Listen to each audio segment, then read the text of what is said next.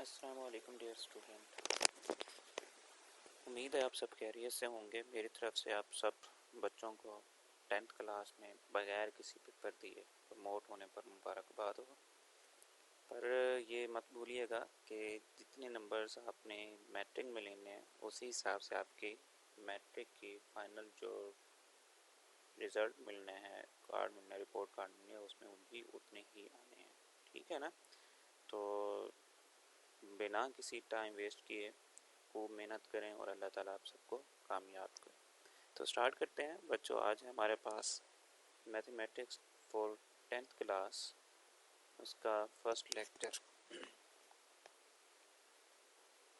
तो lecture start करने से पहले हम थोड़ा डिस्कस कर लेते हैं आपके इस बुक के कंटेंट्स के हवाले से कि 9th और 10th की बुक में क्या डिफ्रेंशिएट है, क्या डिफरेंस है आखिर।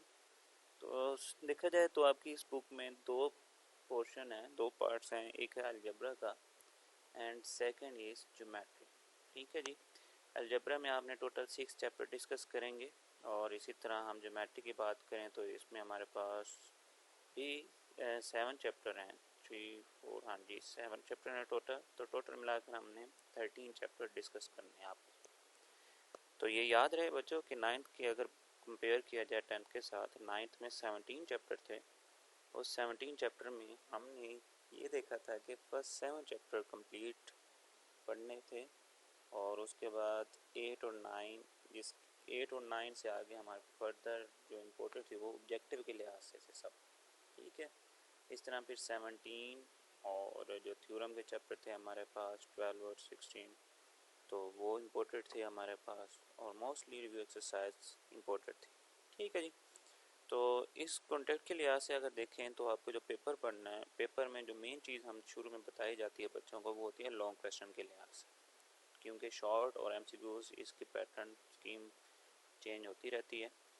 तो देखते हैं इसमें अगर लॉन्ग की बात करें, यानी क्वेश्चन नंबर 1 एमसीक्यूज का था, क्वेश्चन नंबर 2 3 4 ये आपके पास शॉर्ट क्वेश्चन थे जिसमें से 6 अटैम्प्ट करने थे आउट ऑफ 9।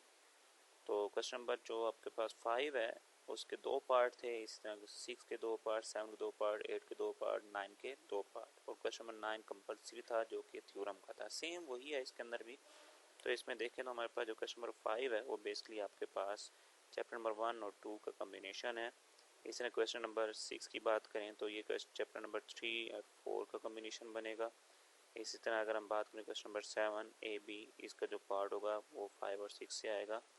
इसी तरह 7 और 13 ज्योमेट्री के दोनों पोर्शन है, 7 और 13 ये 8 क्वेश्चन बनेगा। और इसी तरह जो थ्योरम के है चैप्टर इसके अंदर 9 एंड 12।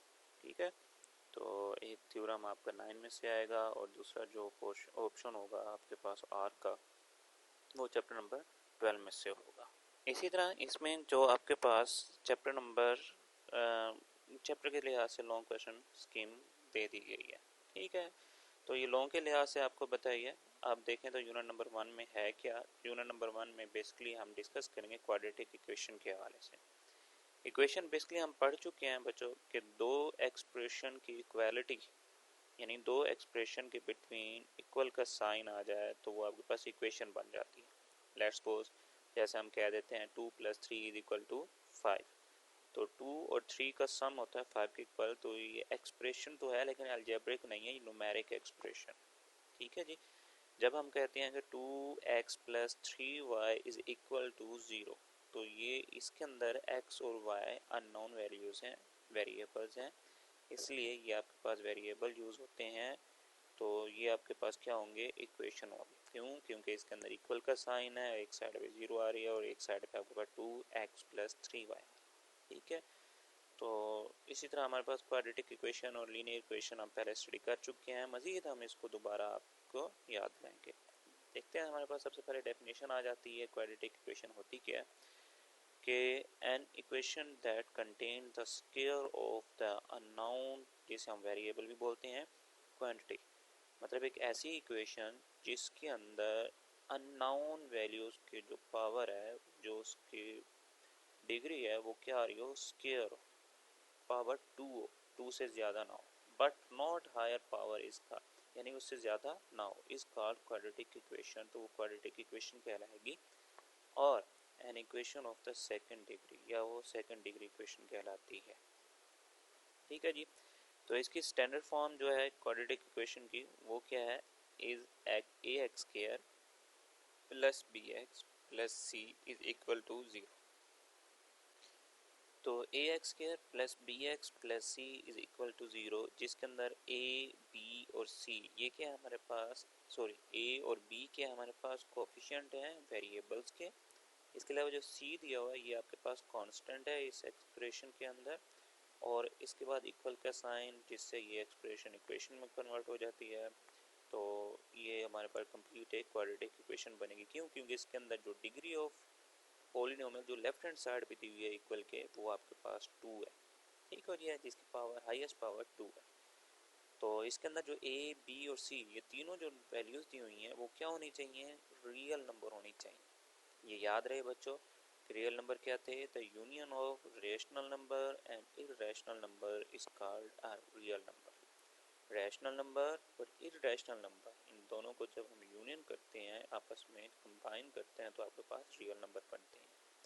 और इसके अंदर जो एक्स स्क्वायर के साथ कोफिशिएंट है वो A is not equal to 0, coefficient 0 नहीं होना चाहिए एक्स स्क्वायर का। ठीक है जी। लेट्स सपोज कि अगर हमारे पास वो ए 0 के इक्वल आ जाता है तो देन क्या होगा, क्या आपको मालूम है?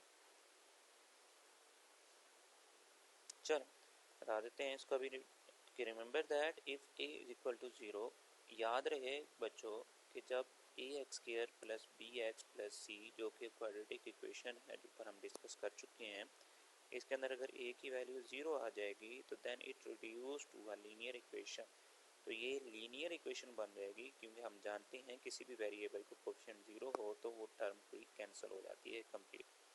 तो इसी तरह वो लीनियर इक्वेशन बन जाएगी जो कि बच जाएगा आपके पास b x plus C is equal to 0। B x plus C is equal to 0, इसके अंदर एक्स की पावर जो है वो 1 दी हुई है, तो हाईएस्ट डिग्री इसमें कितनी आ गई, 1 आ गई, लिहाजा ये आपके पास इक्वेशन क्या है, लीनियर इक्वेशन है। इस तरह जो हमारे पास नेक्स्ट डेफिनेशन आती है वो प्योर क्वाड्रेटिक इक्वेशन है। तो याद रहे दो बातें यहाँ पे यूज़ की जा रही हैं, एक है standard form of quadratic equation और एक होती है pure form of quadratic equation. तो प्योर फॉर्म की बात करें तो इसमें क्या आ जाता है, बी इज इक्वल टू 0।